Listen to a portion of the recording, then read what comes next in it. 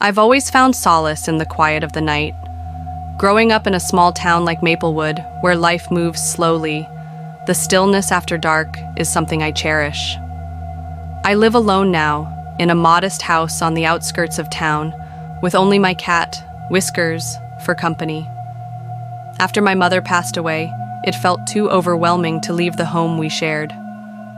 One night, after a long day at work, I decided to take a stroll around the neighborhood. The cool air felt refreshing against my skin, and Whiskers trotted happily beside me.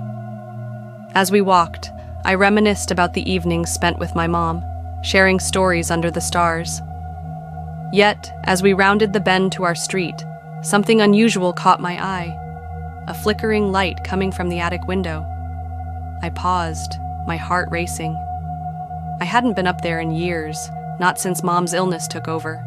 The thought of someone being in my house sent a wave of anger and fear coursing through me.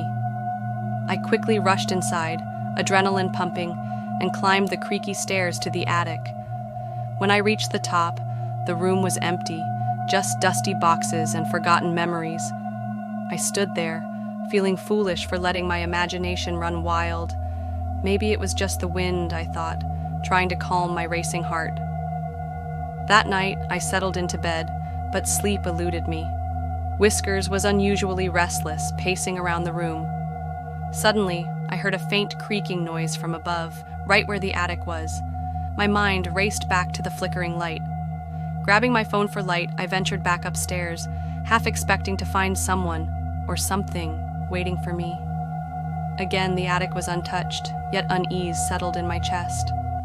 The next evening, I found the front door ajar, even though I knew I had locked it before bed. Panic surged through me.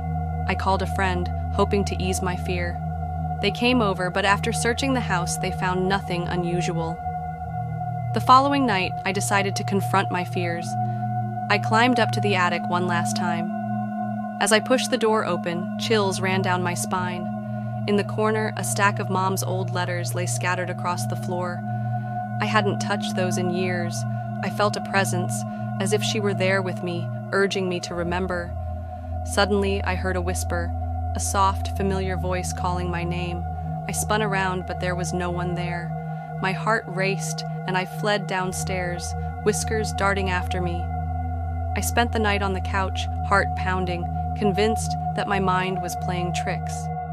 Weeks passed, and while the flickering light and whispers faded, the unease lingered.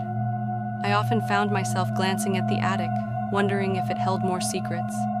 One night, as I prepared for bed, I noticed a shadow passing through the window. My heart dropped. I rushed outside with Whiskers, scanning the yard for any sign of movement. Nothing but the rustling leaves in the wind. I couldn't shake the feeling that something was watching me, waiting for me to let my guard down. In the end, I learned to embrace the quiet nights, but I always kept an eye on the attic, where memories and mysteries intertwined, and the past whispered its secrets into the stillness of the night.